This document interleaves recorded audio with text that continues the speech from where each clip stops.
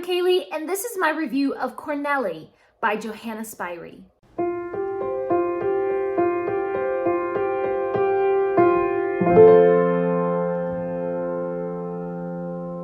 When I was a little girl, I loved to read Heidi. I think I probably read it like 5 times, but I don't think I've ever read anything else by this author. So I was very excited to read Cornelli. If you haven't already, please do subscribe to this channel and give this video a big thumbs up if you love Johana Spyri's books. Cornelli is only 10 years old and our whole world is about to change. Her father decides that Cornelli needs a mother figure in her life, and he invites this sharp adult cousin to visit and give Cornelli an education in manners. Cornelli is forced to speak when spoken to and sit up straight and always be perfectly tidy. And she's not allowed to shout or run, and she's not allowed to visit the newborn goat kid in the barn. Basically, she's just not allowed to do anything. Her cousin tells her that if she is disagreeable, then no one will ever like her. And if she is disobedient, then devil's horns will grow out of her forehead.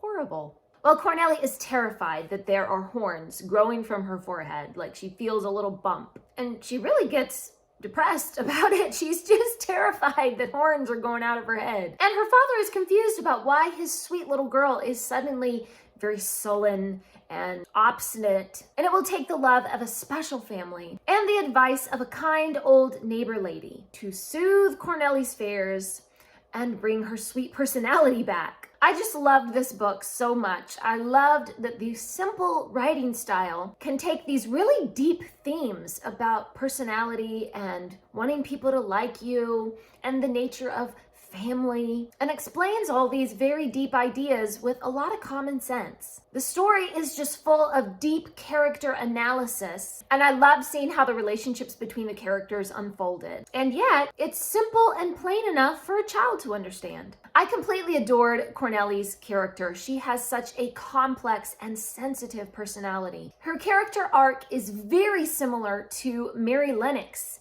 in The Secret Garden, which is one of my favorite books. She has a sweet nature and a merry disposition, but she is plagued by these fears. She's so scared that everyone will hate her. She's just downtrodden by this horrible old cousin who bullies her. But gradually, we start to see her natural personality blossoming again when she is surrounded by love and kindness once more. I really love the supporting characters who help Cornelli and show her affection. Mrs. Halm is so patient with Cornelli and really provides a safe haven for her. The entire Halm family is so sweet, but they're not too cutesy or something. They're not like perfect people. They have their own sorrows and their own difficulties that sometimes make them kind of fractious and even unfriendly, but it just makes their characters even more interesting. Cornelli's father is not really a bad guy. He's so busy with his work and he doesn't really know what children need. He is smart enough to rely on the wisdom of others about how to rear his child,